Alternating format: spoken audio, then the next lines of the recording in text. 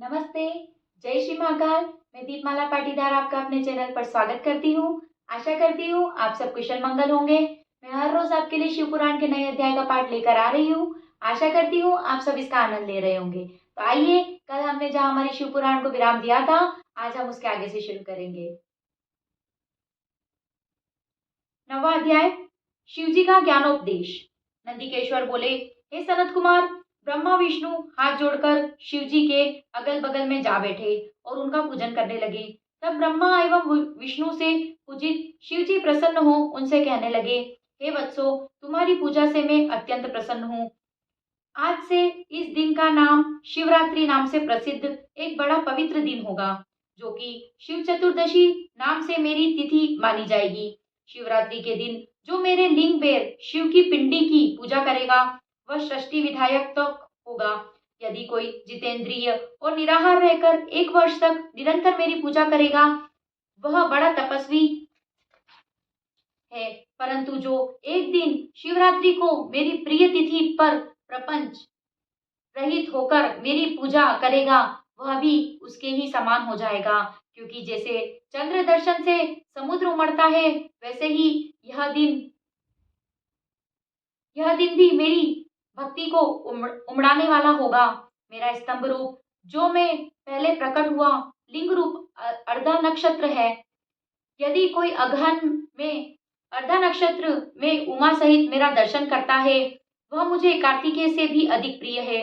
इस पुनीत पर्व के दर्शन से ही महाफल प्राप्त होता है और पूजन का फल तो वाणी से कहा ही नहीं जा सकता। इस स्थान में जहाँ मैं लिंग रूप से प्रकट हुआ हूँ, इसका यही नाम होगा और यह के समय छोटा हो जाएगा।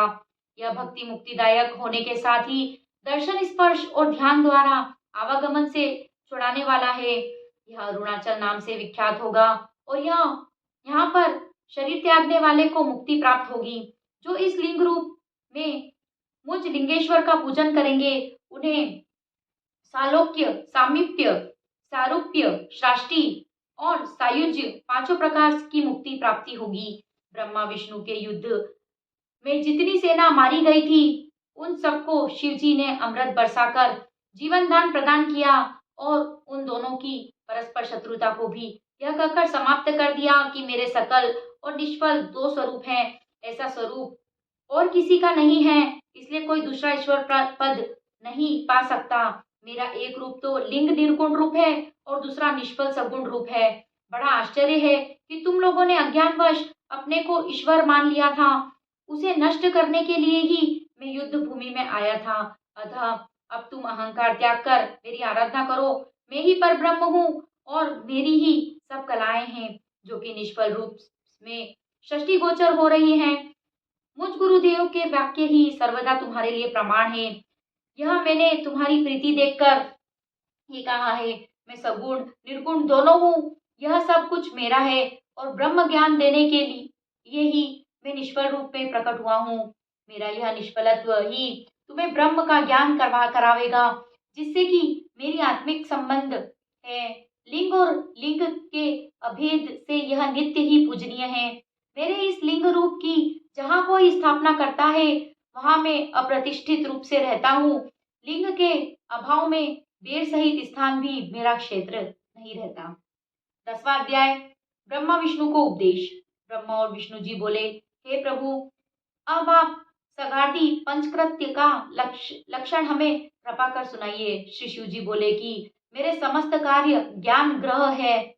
तथापि हे पुत्रों सुनो, 1 षष्ठी, 2 स्थिति, 3 संहार, 4 तिरोभाव और 5 अनुग्रह, ये मेरे 5 कृत्य संसार में नित्य सिद्ध है।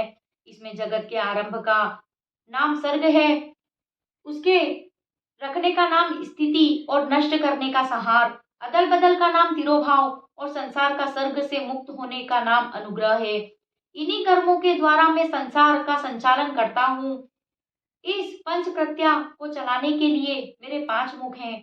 चारों दिशाओं में 4 और सब मुखों के मध्य में 5वां मुख है, जिसे विद्वान लोग ही जानते हैं। जैसे तुम दोनों ने अपनी तपस्या से षष्ठी और स्थिति इन 2 कृत्यों को प्राप्त किया है, ऐसे ही रुद्र और महेश ने भी संसार और तिरोभाव ये 2 कृत्य प्राप्त किए हैं, परंतु अनुग्रह कोई भी न पा सका और दीर्घायु होने के कारण तुम दोनों कर्मों को भूल गए, परंतु रुद्र और महेश नहीं भूले हैं। तब तुम्हारे भूलने के कारण षष्ठी की स्थिति के लिए रूप, वेश, कृत्य, वाहन और आप आपुधादि सबका मुझे संग्रह करना पड़ा, क्योंकि तुम में मूर्ता आ गई और महेश ने दान तथा रूप दोनों का संरक्षण किया। अब यदि तुम चाहते हो तो अब से मेरे ओंकार नाम का मंत्र जपो, जिससे तुम में अभिमान पैदा न होगा। नंदिकेश्वर कहते हैं कि उमा सहित शिव जी ने उत्तर की ओर मुख करके ब्रह्मा और विष्णु को मंत्रोपदेश दिया। तब ब्रह्मा और विष्णु ने देवादिदेव महादेव जी के हाथ जोड़कर कहा, हे सर्वेश, आपको नमस्कार है। हे संसार के रचिता, हे पांच मुख वाले, हम आपको बारंबार प्रणाम करते हैं। जब इस प्रकार स्तुति कर दोनों ने गुरुदेव शिव जी को नमस्कार किया, तब महादेव जी बोले, हे पुत्रों, मैंने तुमसे सभी तत्वों का वर्णन कर दिया है और यह वह मंत्र भी बतला दिया है जिसको कि जप कर मेरे स्वरूप को भली भांति जान सकते हो। मेरा बतलाया हुआ यह मंत्र भाग्य विधायक एवं सब प्रकार के ज्ञान को देने वाला है। जो इसे मार्ग शीर्ष में आद आर्ध आर्द्रा नक्षत्र में शिव चतुर्दशी को जपता है और यदि आर्द्राकेशु में इसके एक ही मंत्र का जाप करे तो करोड़ों गुना हो जाता है। इसमें प्रातः एवं सायंकाल को मेरा दर्शन करे तो वह भी उक्त फल पाता है। मेरे लिंग स्तंभ और बेर मूर्ति इन्हीं दोनों का पूजन करना उत्तम है। ओंकार मंत्र से लिंग का, पंचाक्षर शिवाय नमः मंत्र द्वारा बेर का, मूर्ति का पूजन करना चाहिए। इस प्रकार ब्रह्मा और विष्णु को ज्ञान उपदेश देकर शिवजी वहीं अंतर्ध्यान हो गए। 11वां अध्याय, शिवलिंग स्थापना विधि। ऋषियों ने श्री सूत जी से पूछा कि लिंग की कैसे और कहाँ स्थापना करनी चाहिए तथा उसके क्या लक्षण हैं। सूत जी बोले, हे ऋषियों, गंगा आदि पवित्र नदियों के तट पर अथवा जैसी इच्छा हो वैसे ही लिंग की स्थापना करें, परंतु पूजन नित्य प्रति होता रहे। पृथ्वी संबंधी द्रव्य जलमय अथवा तेज से अर्थात धातु आदि से बना हुआ, जैसी रुचि हो वैसे ही लिंग की स्थापना करें। चल मूर्ति बनानी हो तो छोटी प्रतिमा बनावें तथा अचल मूर्ति बनानी हो तो बड़ी बनवाएं। शिव जी के लक्षणों से युक्त सिंहासन पर मूर्ति पधरावे। मिट्टी, पत्थर और लोहा आदि के साँचे से इन्हीं धातुओं का 12 अंगुल का लिंग सर्वोत्तम होता है। इससे न्यून होगा तो न्यून फल होगा, अधिक का कुछ भी दोष नहीं है। लिंग या बेर दोनों ही पूजा शिव पद को देने वाली है। लिंग के स्थावर एवं जंगम 2 रूप हैं। स्थावर लिंग तरु, गुल्म, लता आदि है और जंगम लिंग कर्मी, कीट आदि है। विद्वान लोग स्थावर तथा जंगम में सुखपूर्वक अनुराग रखते हैं और इस प्रकार की शिव पूजा करते हैं। कोई भक्त शिव की गोद में श्री उमा पार्वती जी को बैठाकर उनकी पूजा करते हैं। शिव को गुरु जानकर स्नान, वस्त्र, गंध, पुष्प, धूप, दीप, तांबूल, निवेदन, नैवेद्य, अधर्य, तर्पण और नमस्कार आदि करें। पिसी हुई मिट्टी में गोबर मिलाकर अथवा कनेर के पुष्प, अनेक प्रकार के फल, गुड़, मक्खन, भस्म, अन्न या जैसी इच्छा हो वैसा ही लिंग बनाकर उसकी पूजा करें। कोई भक्त अपने हाथ के अंगूठे को ही शिव मानकर उसकी पूजा कर लेते हैं। जो श्रद्धापूर्वक शिव भक्त को लिंग दान अथवा लिंग का मूल्य देता है उसे महान फल की प्राप्ति होती है। जो नित्य प्रति 10,000 शिव मंत्र का जाप करता है अथवा जो प्रातः और सायंकाल दोनों समय 1-1 हजार मंत्र का जाप करे तो उसे शिव पद की प्राप्ति होवे। ब्राह्मणों को पंचाक्षर मंत्र शिवाय नमः के जप में प्रणव लगाना चाहिए तथा फल प्राप्ति के लिए गुरु से दीक्षा लेनी उचित है, परंतु ज्ञानी होना चाहिए और उसमें भी ब्राह्मण तो हो तो अच्छा है। ब्राह्मण को नमः शब्द पहले बोलना चाहिए तथा अन्य वर्णों को अंत में नमः शब्द बोलना चाहिए। अन्य स्त्रियां अंत में नमः शब्द बोलें तथा ब्राह्मण स्त्रियों को नमः शब्द पहले बोलना चाहिए। जो 5 करोड़ मंत्र जपे तो वह शिव के समान हो जावे और जो 1, 2, 3 अथवा 4 करोड़ मंत्र जपे जपने वाला ब्रह्मादिकों का पद पावे। इस प्रकार जप और पूजन करे तो नित्य प्रति एक दो साधु ब्राह्मणों को भोजन करावे। यदि कोई ब्राह्मण नित्य प्रति 1008 गायत्री मंत्र का जाप करे या नित्य प्रति वेद सूक्त को जपे तो वह शिव पद को पावे। इसके अतिरिक्त और भी बड़े बड़े मंत्र हैं। यदि कोई इस मंत्र का 1000 बार जपे तो उसके सभी मनोरथ पूर्ण हो। विद्वान को चाहिए कि यह आमरण शिव क्षेत्र में निवास कर, जहाँ कई मनुष्य द्वारा शिवलिंग पधराया होता है, वहां भी 100 हाथ भूमि शिव क्षेत्र मानी गई है। वहां जो भी पुण्य कर्म किया जाता है उसका 100 गुना फल मिलता है। और जहाँ ऋषियों ने लिंग पधराया है वहां पर 1000 हाथ की दूरी तक शिव क्षेत्र है तथा जो लिंग स्वयं प्रकट हुआ होता है वहां पर 10,000 हाथ की दूरी तक शिव क्षेत्र माना जाता है। कवियों का कथन है कि पुण्य क्षेत्र में कुआं, बावली, तालाब और तलाई आदि का होना आवश्यक है। उसे शिव गंगा कहते हैं। ऐसे स्थान में दान जप करना सर्वदा ही कल्याण पद है। दाह, दशास, मासिक, संपीडिकर, वार्षिक पिंड दान आदि शिव क्षेत्र में करने से सब पापों से मुक्ति करा देता है। शिव क्षेत्र में 7 पांव 3 या 1 रात अवश्य निवास करें। विशेषकर कलयुग में तो और भी सरल है। इतना सुनकर ऋषियों ने कहा, हे सूत जी, अब आप कृपा कर हमें ऐसे सभी पुण्य क्षेत्रों का वर्णन संक्षेप में सुनाइए जिनका की आश्रय लेकर सभी नर नारी शिव पद की प्राप्ति करते हैं। आज की शिव कथा को हम यही विराम देंगे और अब करेंगे शिव जी की आरती।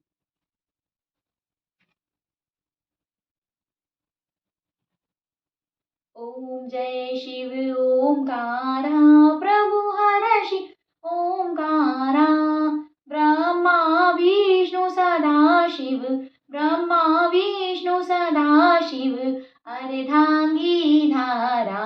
ओम जय शिव ओंकारा एकानन चतुरानन पंचानन राजे शिव पंचानन राजे हंसानन गरुड़ासन हंसानन गरुड़ासन विश्वाहन साजे। ओम जय शिव ओंकारा दो भुज चार चतुर भुज दश भुज से सोहे शिव दश भुज से सोहे तीनों रूप निरखता शिव जी का रूप निरखता त्रिभुवन मन मोहे।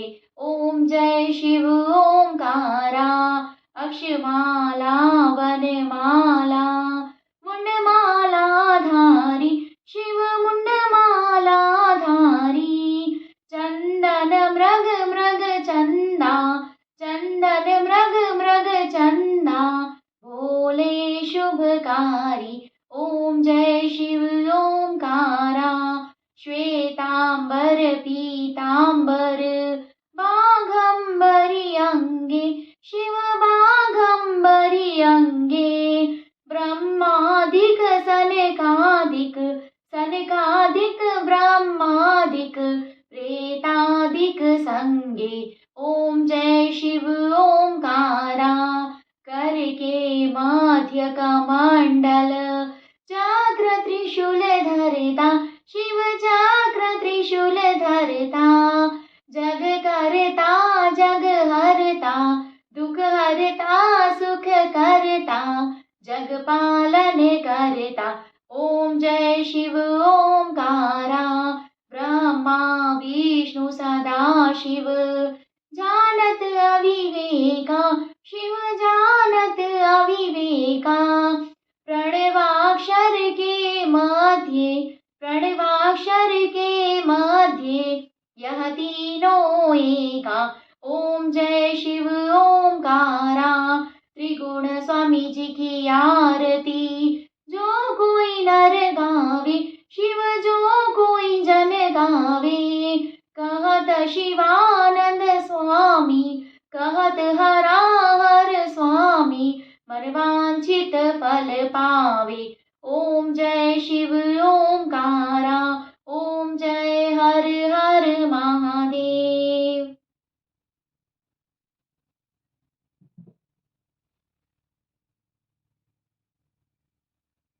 अगर आपको मेरा वीडियो पसंद आया हो तो इसे लाइक करें, शेयर करें और अगर आप मेरे चैनल पे नए हो तो इसे सब्सक्राइब ज़रूर करें।